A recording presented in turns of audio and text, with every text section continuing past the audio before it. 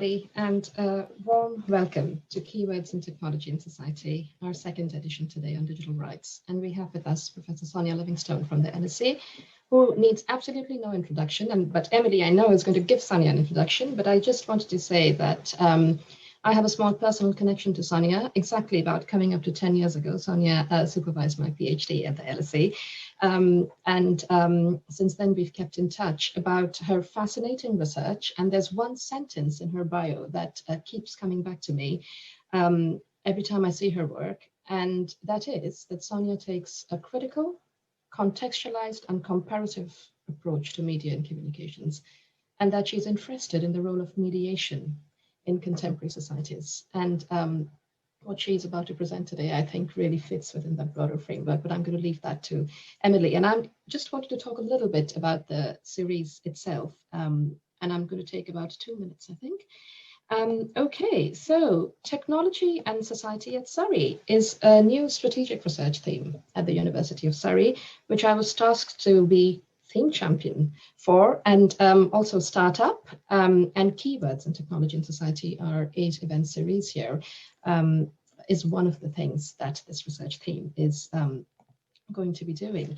And Surrey is an interesting place because we have the Faculty of Engineering and Physical Sciences, where we have the makers and the innovators and the creators at the Innovation Center, the 5G Innovation Center, the Institute of Communication Studies, Surrey Blockchain, the Surrey Security Network, AI at Surrey.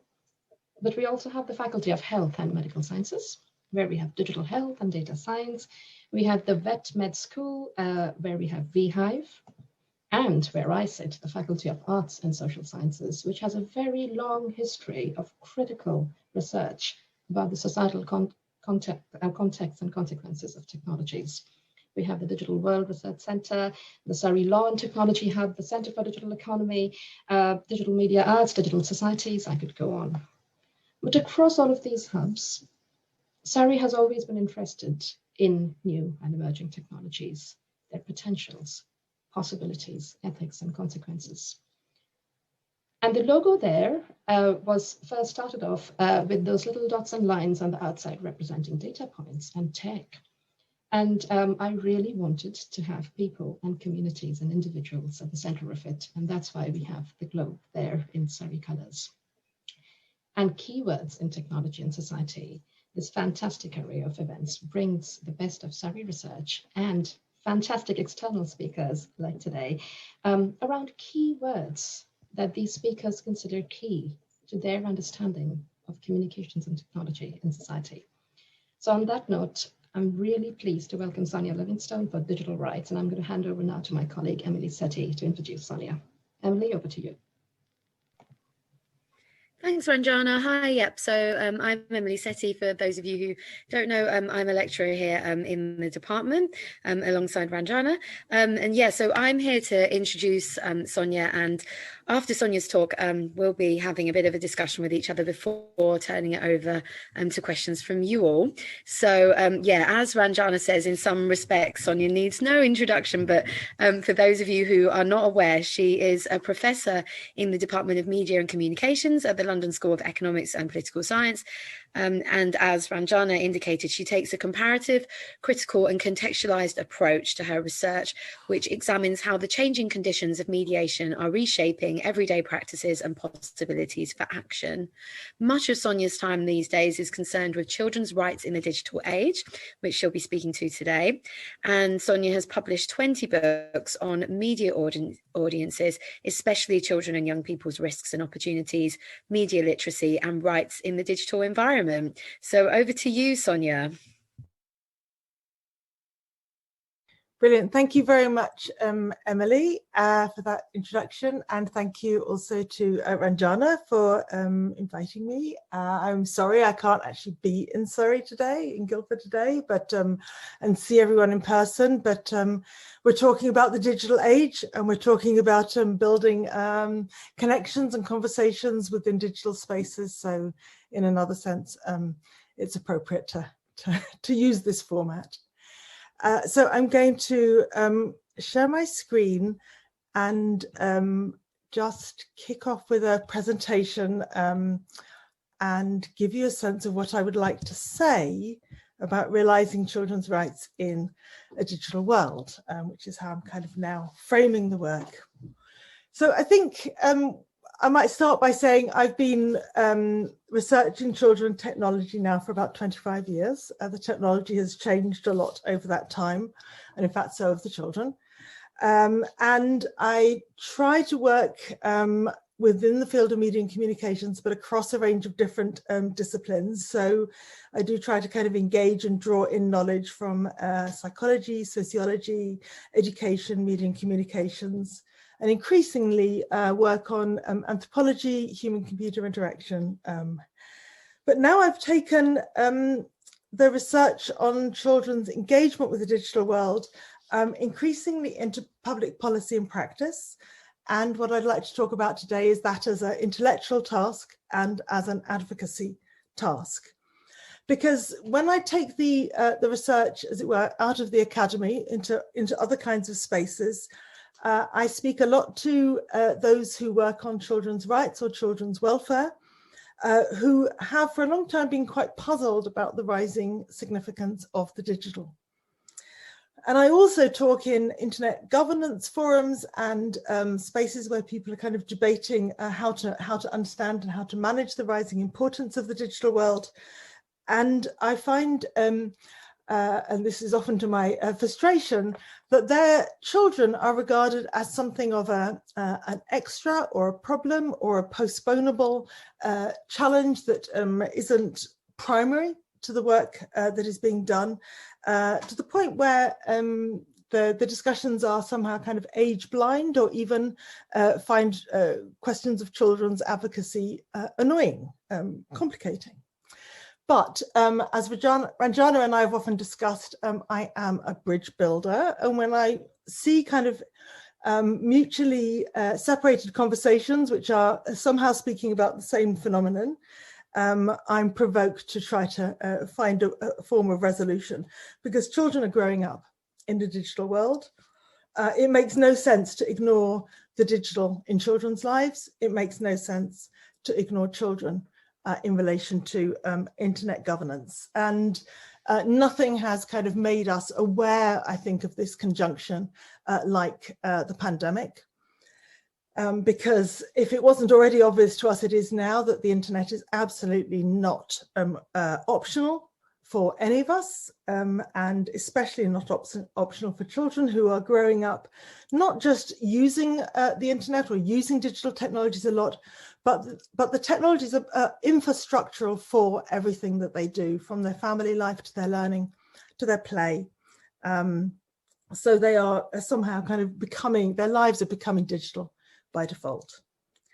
And at the same time, I think there is a rising clamour, a rising recognition that children's rights and interests, and indeed those of many other audiences or many other constituents, are often sidelined in questions of internet governance, and that discourse needs to change. So globally, children are 1 in 3 people in the world. They're also 1 in 3 internet users in the world, and that and there's a kind of rising tide, actually, of questions and challenges around children's positionality online that is really coming to public prominence.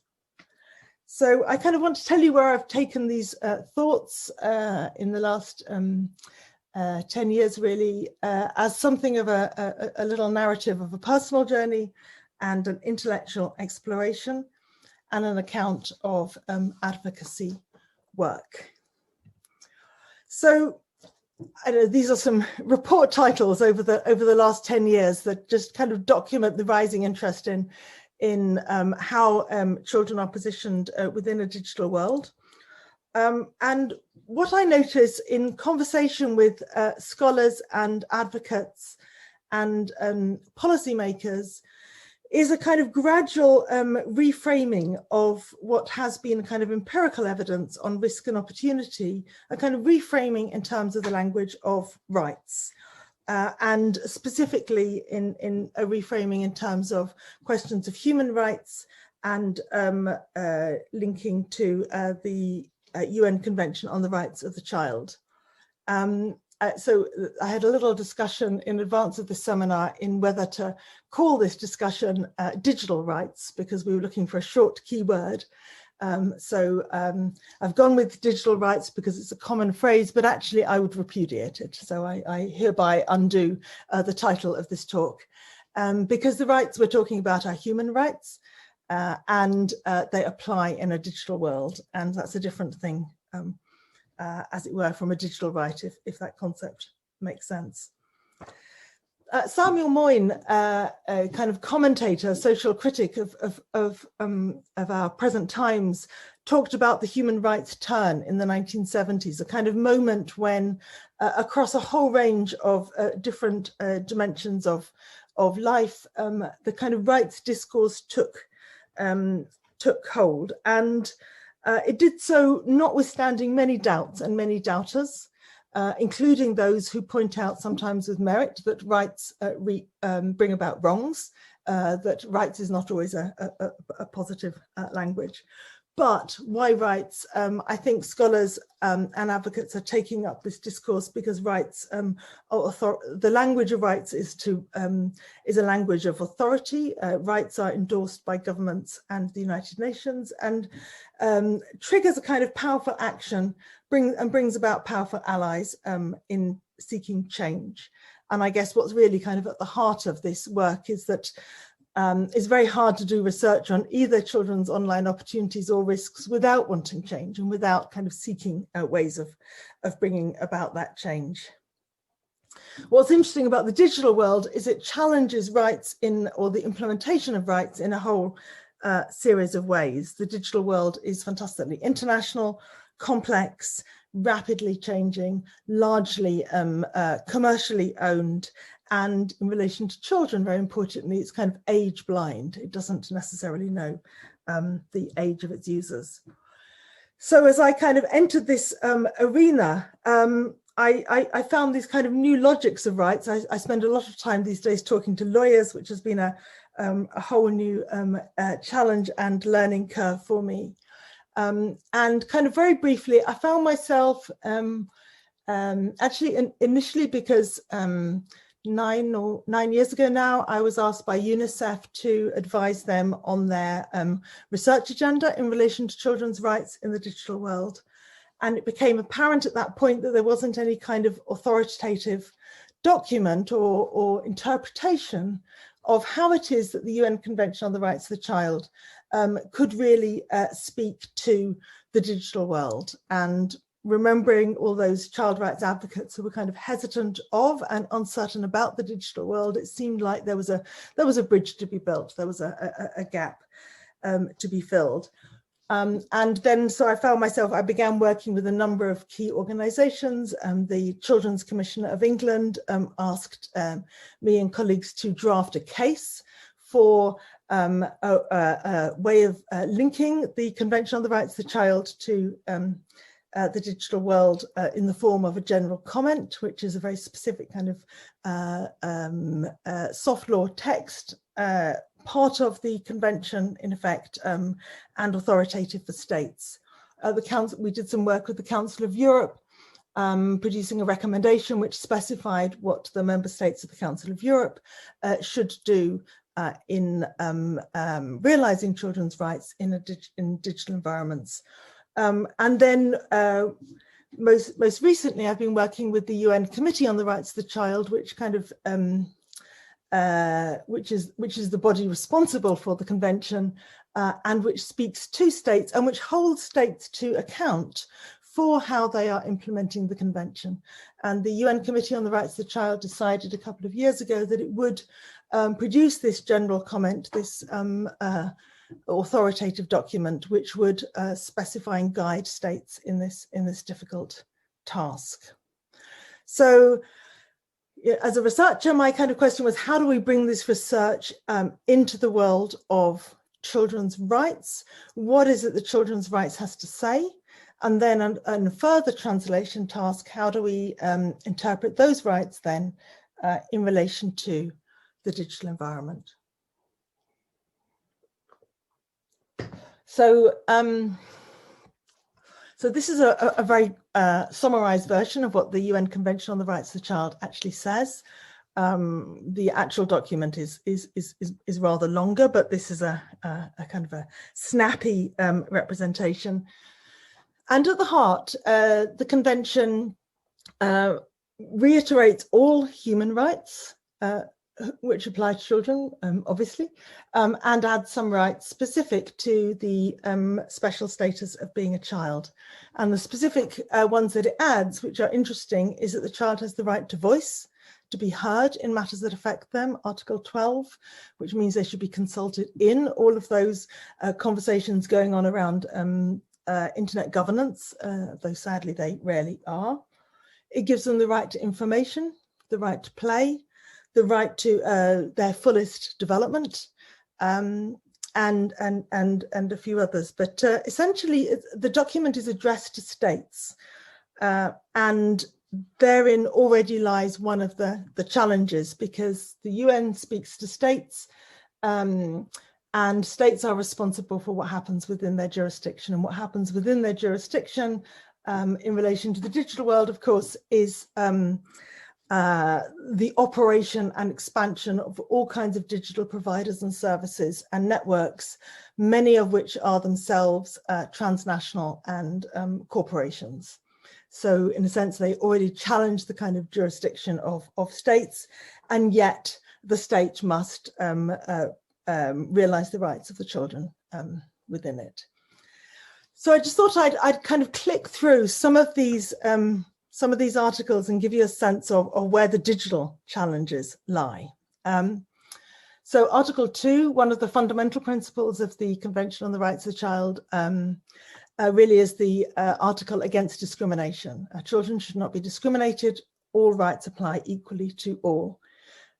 What are we hearing in the digital world? In the digital environment, we're hearing over and again about its exclusionary practices, because not all are, have access and are included, and its discriminatory practices when people are included, especially through the use of algorithms. So the importance of discrimination or non-discrimination is critical. Children must always be a top priority. This is a kind of a simple statement of the fundamental principle of best interests, which is that the child's best interests, on balance, in context, in the round, taking into account everything that matters and is important to them, should always be a priority when it comes to realizing rights. And therein lies a challenge in the world of the digital in relation to the gap, as it were, between the real life of real people in particular contexts with all their difference and diversity, and the user online about whom the digital provider might be incredibly ignorant and unable to respond with any kind of nuance or specificity.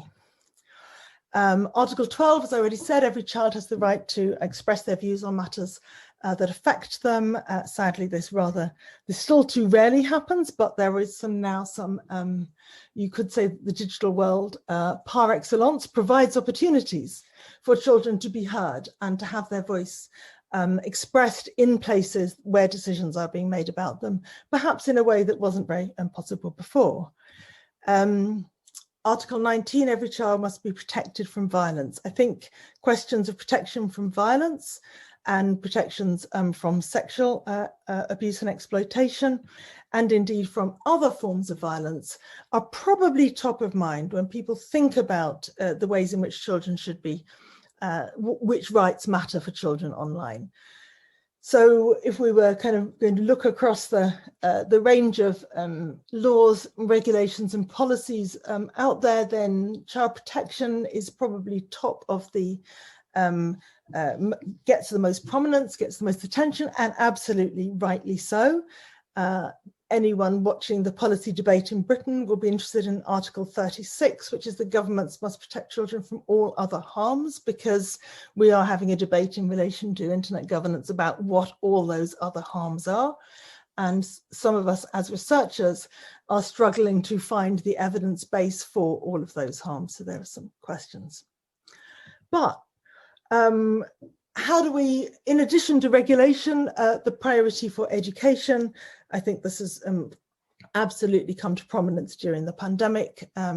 Now, of course, we're debating what is the value of online education? What is the value of distance learning? Is it sufficient? Can it compensate? Is it even enough on its own? Or, you know, what is the place of the digital? Article 17, a kind of parallel debate about information. Children have the right to information, but now we see that it's qualified. Children have the right to a huge diversity of information, but they must be protected from harmful information. Difficult questions of balance, and in relation to, imagine a child doing a Google search, you know, the kind of the chain of actions that might be required, both to ensure children have the access to the full range of opportunities, but also they are protected. These are difficult to implement. Articles 13, 14, 15 are the child's civil rights and freedoms, the right to expression, the freedom of thought and freedom of assembly. And I prioritize these because they're very often neglected. They kind of get that children should be protected in a digital world. They forget that children, just as adults, but also children, have the right to expression and assembly. The child's right to play, actually this is one I'm working on right now. What does that look like in a digital age, indeed in a pandemic age? Is playing online as good, the same as playing offline? Is that a meaningful distinction anymore? And last that I'm going to highlight today is Article 16, the child's right to privacy. I think when it was framed, children's right to privacy was really the right to kind of integrity in their family life without interference from the state. Today, it has very profound meaning in relation to data protection and right to freedom from commercial exploitation of their personal data in ways that matters not only to privacy, but also to the realization of all kinds of other rights, including civil rights and freedoms, right to freedom of thought and safety. So Article 4, the government must do all they can to protect children's rights. How loudly could I say that? I could not say it loudly enough. It doesn't happen. That's why it needs to be said. It should happen. What role does evidence play? What role does advocacy play in making it happen? So, whistle stop tour, forgive me, of the convention and how it might apply in the digital age, and a bit of a sense for you of the many issues that need researching, need arguing about, and need implementing.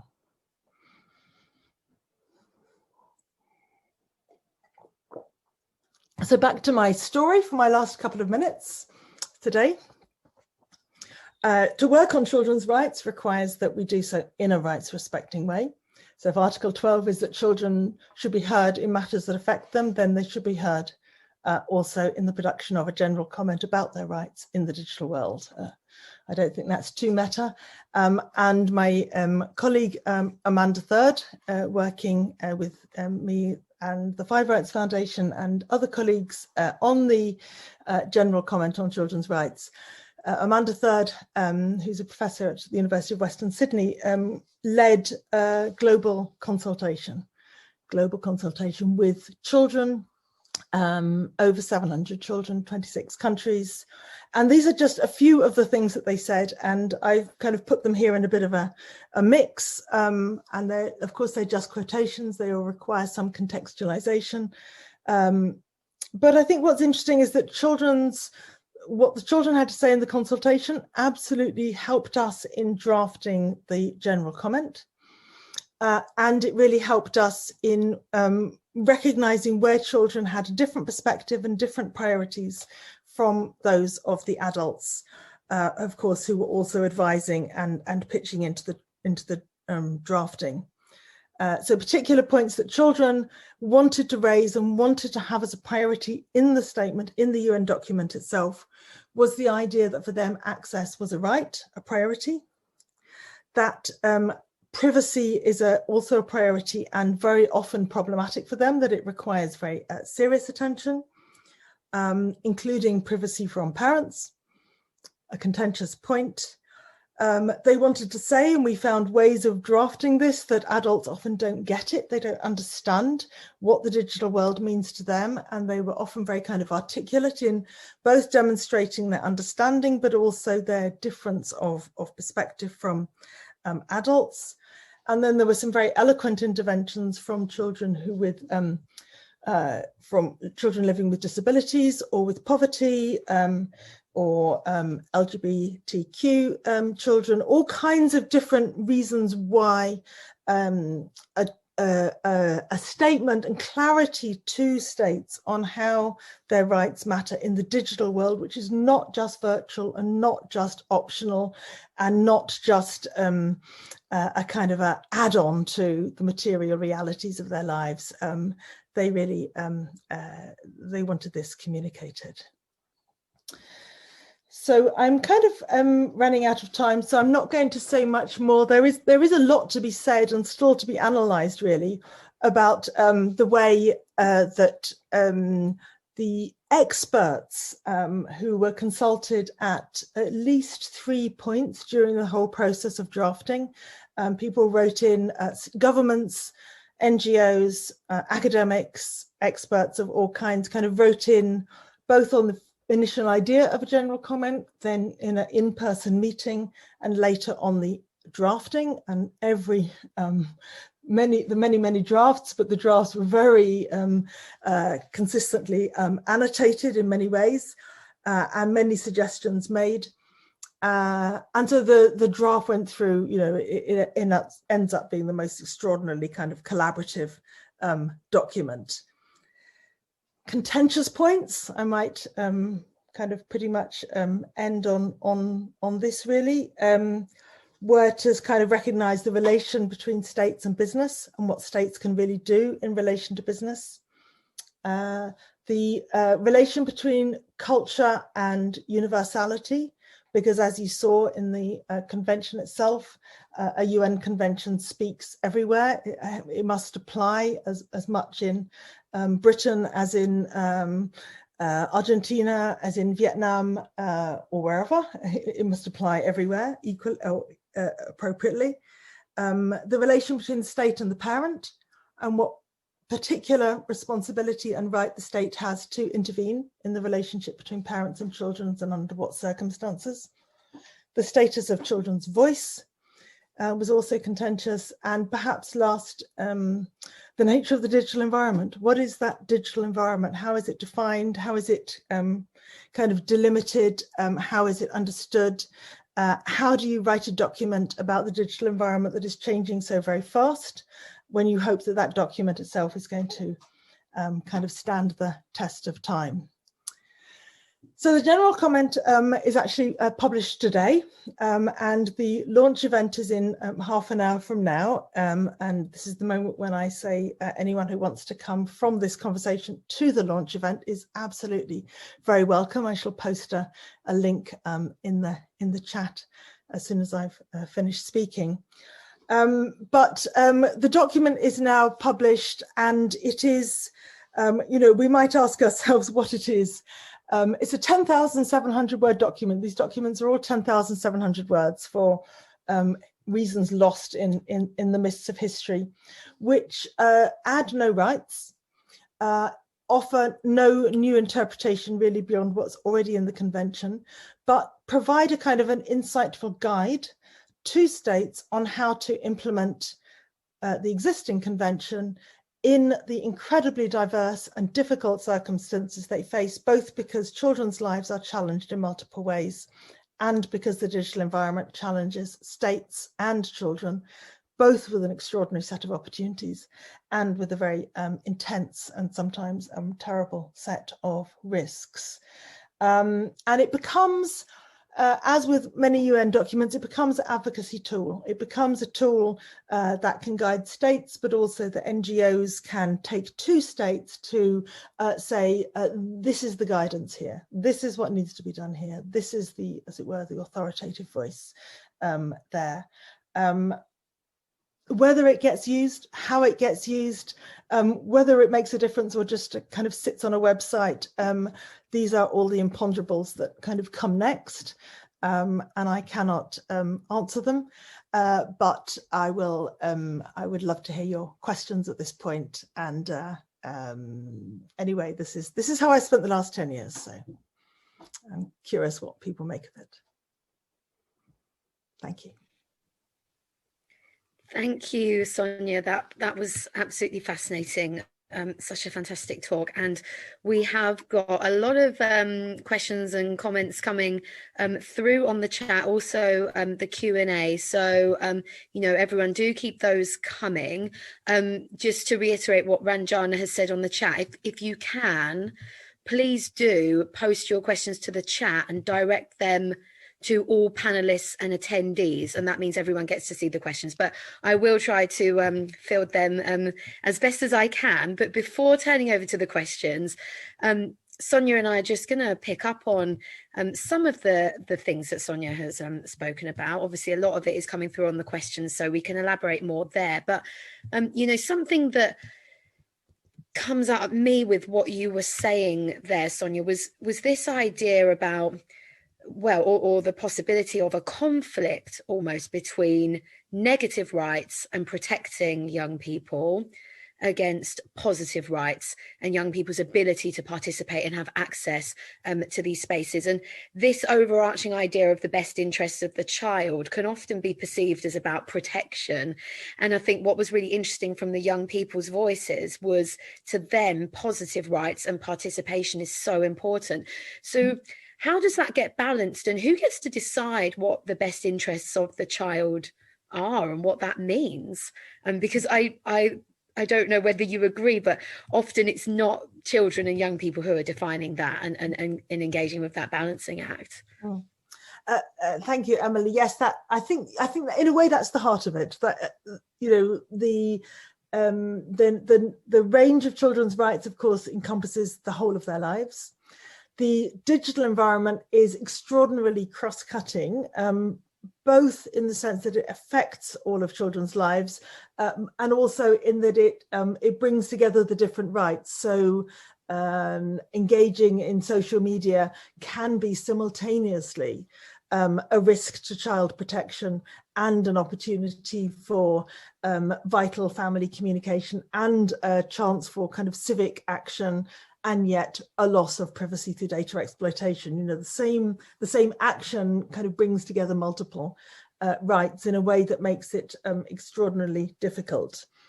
So I think in answer to your question, which, you know, there is much to be said, I would first say I was very heartened by all of the consultation responses, not only from children and young people, but also from experts in states all around the world, who were all very committed to the idea that the general comment must balance rights in a way that absolutely gives recognition to children's civil rights and freedoms, as well as recognizing the imperatives of child protection as they apply. So there was a kind of commitment to, you know, in a very kind of crude sense, kind of equal space and equal weight, and to counter the assumption that only protection matters, often kind of putting the positives first, to kind of change the discourse a little bit and kind of help reframe. And then so in the offline world, and this is where the digital does make things more complicated, in the offline world, the best interest principle really kind of grew up in the age when, I don't know, let's say there's a custody case and the judge can look at the child and hear from each parent in dispute and hear from the child and make a balanced judgment for an individual in context, which is not to say it was always a great decision, but that's the model.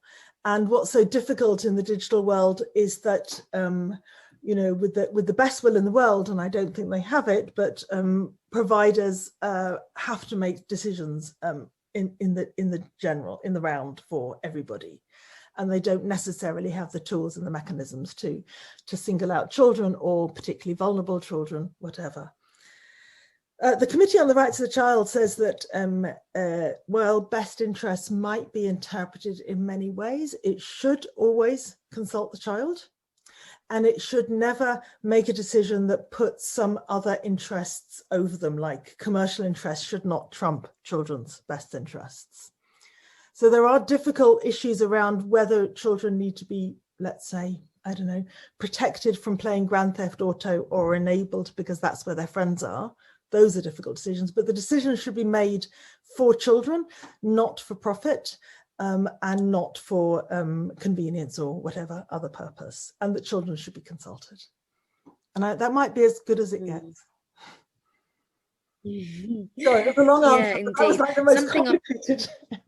Yeah. No, these are complicated questions, yeah, and you speak to them really, you know, in such an insightful way. I think something that I'm interested in is that idea of protection, you know, rights to positive rights actually being a means of achieving other rights. And I know we've spoken already before about this idea of consent and privacy being rights in and of themselves, but actually ways in which to realize other rights and to have those honored. I know from my perspective, I'm thinking there of sexual rights in particular, and rights to sexual expression would challenge some of the behaviors that infringe upon somebody's expressive rights and causes harm to them. So actually that bringing together of rights, as you say, where one can be a means to the other. 2 points, perhaps. I mean, I think, Emily, you're putting your finger on all the tough issues. So one of the articles in the convention, which is really important, is that the child should be treated according to their evolving capacity, according to their maturity and development. And there is, of course, something very uncomfortable about calling everyone up to the age of 18 a child, when, of course, the age of sexual consent is lower than that in many countries around the world. So we're talking about people who are becoming sexual and therefore have sexual rights, or the right to express themselves in sexual ways.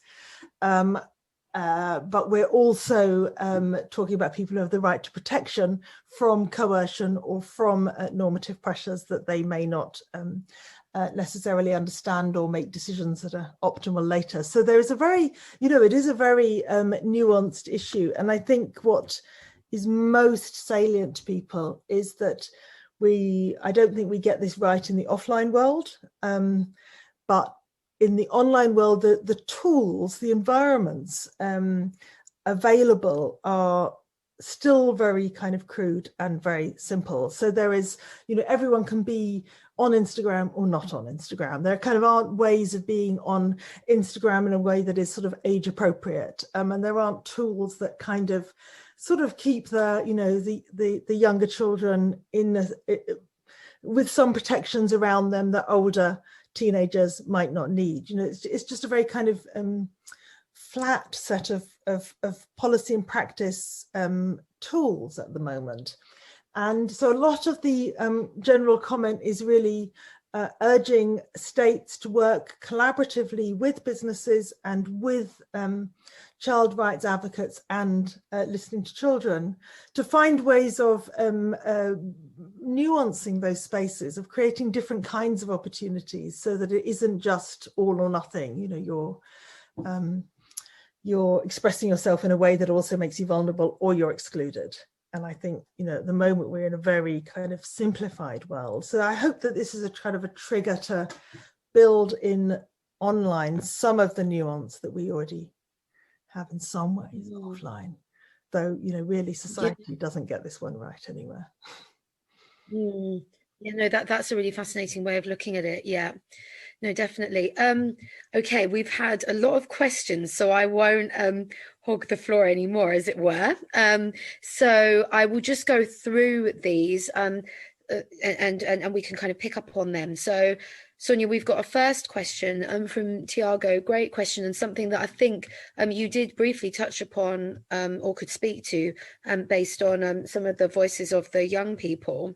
But he asked, aren't the articles in the convention based on a middle-class, white and Western way of seeing children? And then how is that focus materialized in the digital world? Yes, great question. So I would in a way it's for everyone from different parts of the world to say. So it's not for me to kind of sit in London as a white middle class person and say, you know, this fits everywhere. It's maybe better to listen to the kinds of views that are expressed from different parts of the world and different constituencies. What I see and what I heard through the process of consultation is all kinds of rights advocates finding value in the convention in ways that enabled them to kind of fight the fight that was in front of them, or make the argument to a government who had committed to listen to this UN convention in a way that they could kind of navigate a particular struggle. So I think, you know, the words themselves are, there's a lot of jurisprudence around the words themselves, but they are designed in a sense to be clear and yet open to relevant application in different contexts. And so much, that's why we say realizing rights in a digital world. You know, you can write your document and you try to write it clearly in a way that is meaningful in many contexts, but how the rights get realized, a lot of it is about process.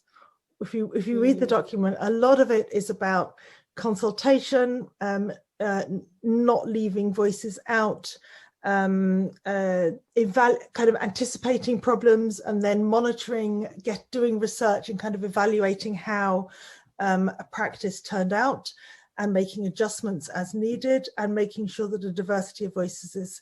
So I was surprised how much of it is about process. And if anyone reads if folks read the general comment 25, you'll see that there's a lot of process that is designed to be as collaborative and kind of contextually relevant as possible.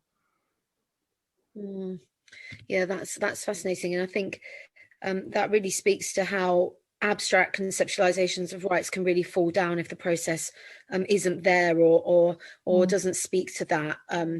Something I know we spoke about yesterday with relationships and sex education guidance in school. You can speak to rights, equality, diversity in a general sense, but it's how it's actually then implemented. Yeah. There's a couple of questions actually that relate to kind of parenting and schools. So we've got one, and this is actually one of my little bugbears. So I'm glad it's been asked actually, and I'd be really fascinated to hear your thoughts. But Charlotte Martin has asked, is the impact of sharenting, i.e. the sharing of children's day-to-day lives to social media by parents or caregivers, did that come into major policy or research discussions that you've taken part in? Yes, absolutely. It's very top of mind in the children's consultation, actually. I mean, children feel that all kinds of actors, from their parents to major companies, are kind of taking their image and their words and their data in ways that they don't have control over. And it makes them feel incredibly disempowered, which is ironic given how much we had, I think, well, many of us had hoped that the digital technology would be a tool of empowerment.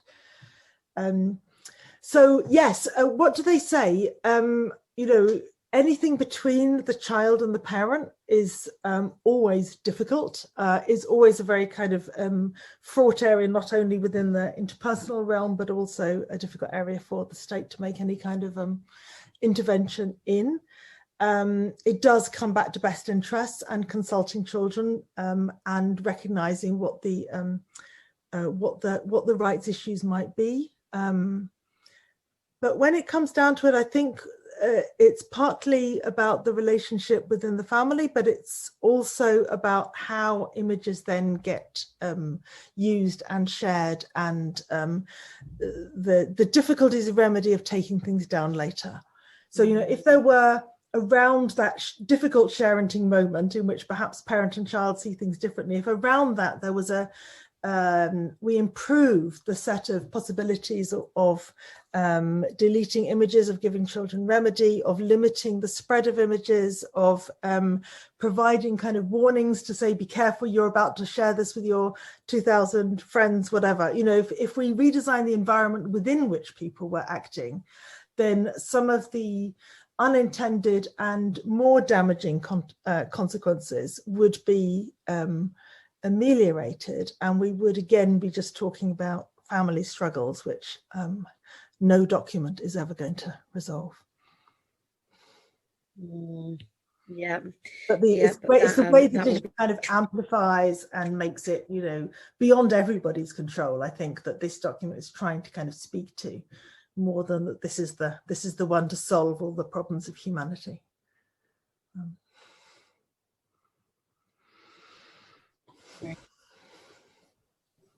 Emily, are you frozen? Or no, absolutely. Oh, okay, no. There was also a point there about school teachers and the responsibility of schools. Sorry, I took parenting in relation to parents. Can you hear me now? Oh, yeah, I think so. Yep. Am I back now? Is that frozen? Sorry. Sorry about that. Not sure what happened there. So yeah, we've got a couple of questions now looking at kind of the more state governance level. And so Andre Sali has asked, how do children's rights being addressed to states can be better implemented in a reality where digital technologies are increasingly privately owned, including everyday activities such as search, education and content production, especially in jurisdictions where those companies have higher influence due to a weak rule of law, for instance, or a lack of regulation structure, among others? Yep, it's another really thorny question.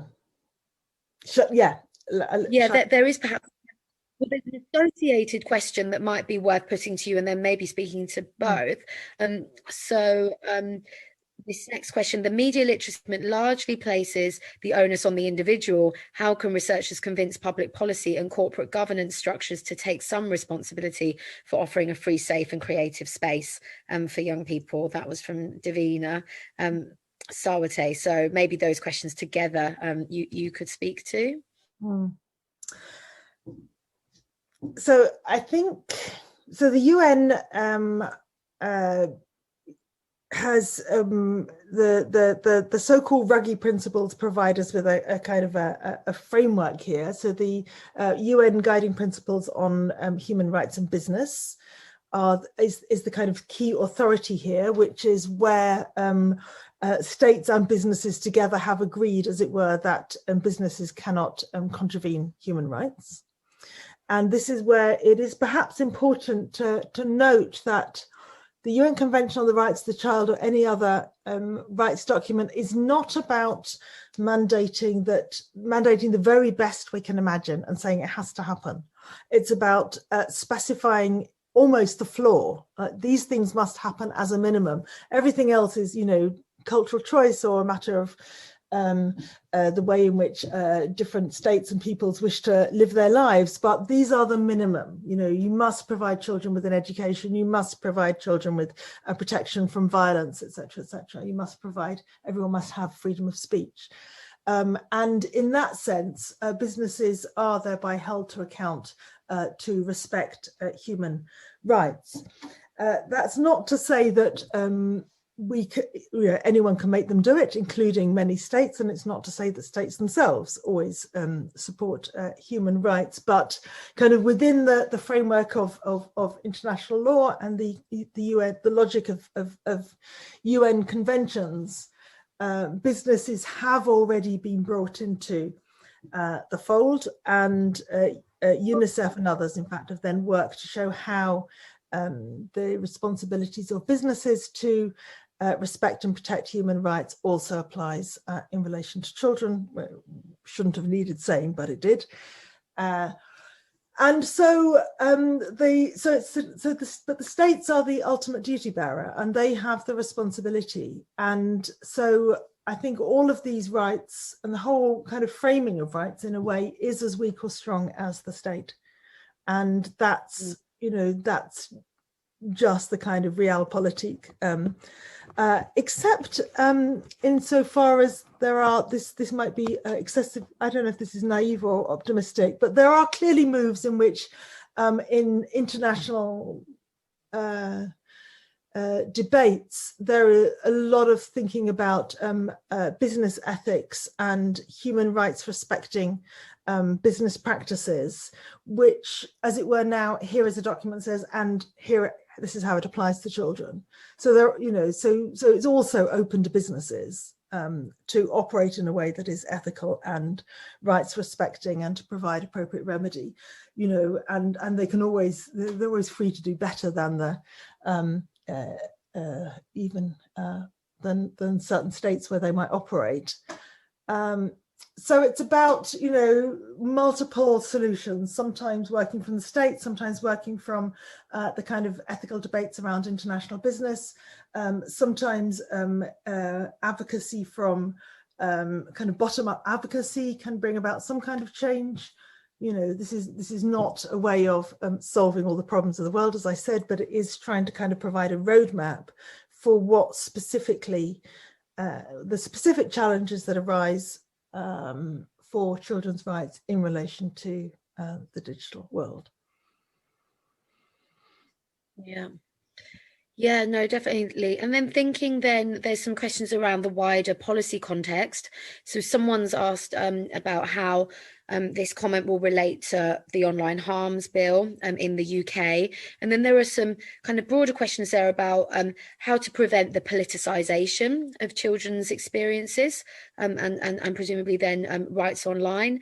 And that kind of idea, you know, that I was asking about that balancing of rights and rights within both the public and private sphere, and possible solutions for a broken internet, whether that's something the online harms bill is trying to address with you know, whatever you may think of that. I think it's just so focusing on the UK internet governance debate for the moment, it is you know, we still wait to hear what the online harms bill will be, what it will say, and then how effective it will be.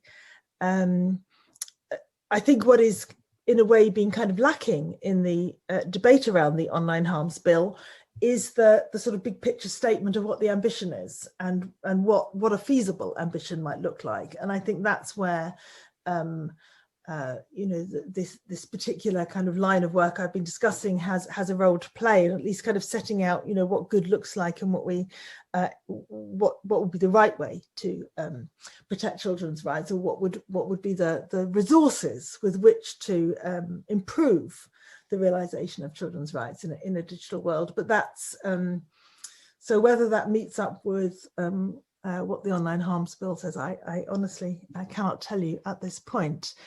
But I'm puzzled a little by the politicization of rights. I mean, clearly rights can be, claims of rights can be a kind of political, you know, they can be used as a way to, I don't know, bash business in this case, or to,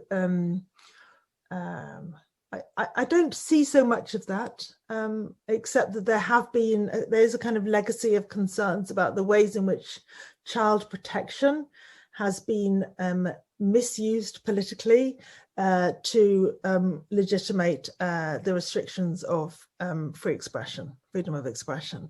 And that has been, actually, that was a kind of rather sorry history of the last decade, really. Those, I think, legitimately advocating for child protection found themselves caught up in a debate about censorship in ways that, in my mind, kind of comes back to overly binary thinking about, you know, somehow we can have child rights or adult rights, as if that's, you know, as if we can't use our human creativity to think beyond such a crude opposition. Mm-hmm. Indeed, yeah. And yeah, I'm just conscious of the time, given that you've obviously got your event that's starting at 3. I don't know whether you're happy just to answer one more question before we perhaps wrap up. Yeah. So we've just got a couple of associated questions on, speaking to kind of, I guess, what you've touched upon there, but what perhaps can teachers within schools or social workers do to get involved with the discussion and promotion of children's rights, or then as well kind of identifying or evaluating you know, the level of freedom of expression, say, that a child might be capable of, and how to then promote that in those kind of settings? So it's a wonderful question, thank you. Actually, if I can just link it back to the media literacy question, which I didn't quite address before, because one of the articles in the Convention on the Rights of the Child is that children must be informed of their rights, and they must be informed of their rights in ways that are child-friendly and comprehensible, and that means that they must also now be informed of their rights about how to realise their rights in a digital world, including forms of remedy and redress. So these are conversations to have with children. In my own research, I find children, young people are super keen to have these conversations. I did work a couple of years ago talking to children about data literacy as kind of media literacy, and also their rights over their data. And they were very keen to have this conversation. And there weren't enough other adults having it with them, perhaps because it's quite kind of complicated and felt felt quite challenging maybe to teachers. So how do we bridge that gap? I think the next task is to build some resources, you know, whether it's lesson plans or curricular resources, or kind of identify where in the curriculum even a discussion of children's rights and the digital environment fits. I'd like to suggest it would be a brilliant topic for citizenship for all teachers next week. Why not? And on the Five Rights Foundation website, we've put the convention, but also a children's version of the general comment. So children worked on kind of making sure that they could understand this 10,000 document of legalese in a way that made sense for them, and the children's consultation report. So there's already the beginning of resources that can be the basis for discussions with children. And so we kind of go round and round really, but in a positive, constructive way, build the resources, stimulate further conversation. I think that understanding will generate yet better understanding. And what do we want? We want children to, stand up for their rights, but we also want society to listen. Indeed, yes. Oh, well, Sonia, I think that's a fantastic point at which to end. And that was such a thought-provoking talk, and we can tell from the comments and the questions that you've given people a lot to think about, and really inspires some interest there. And yeah, I'm sure we'll all be off to read the 10,000 words of the general comment and try to decipher it. But yeah, no, that was absolutely fantastic. I'd just like to say, actually, within the University of Surrey, I'll post the link to it here. We are actually hosting an online harms event about kind of youth digital culture and online harm. So I have put the link in the chat, so people do feel free to check that out and either submit to be a contributor or an attendee at that event as well, where a lot of what Sonia is picking up on here has given me a lot to think about in terms of that event. But yeah, thank you so much, Sonia, for your time. That was just fantastic, and I hope you can now have 30 seconds breathing room before we now all switch over to your next event. But yeah, thank you for your time, and I'm going to look forward now to the launch of the general comment event that I'll definitely be going over to. Sonia, do you want to remind people of the link that you posted? I've just posted it about a few seconds ago, but it's there in the chat box, I think. Yes, I think you. Yeah. So there you go. I think I've done it again. Oh, brilliant. Thank you so much, Dada. Yes, brilliant. So everyone is absolutely very welcome. It's a bit of a, there will be lots of children and young people speaking, which is also part of the point, as well as the chair of the committee at the UN Committee on the Rights of the Child, and should be fun. So. But thank you so much for this event and for a chance to give a sense of the kind of the academic journey and mention words like evidence and debate and discourse and to be one of your keywords. you.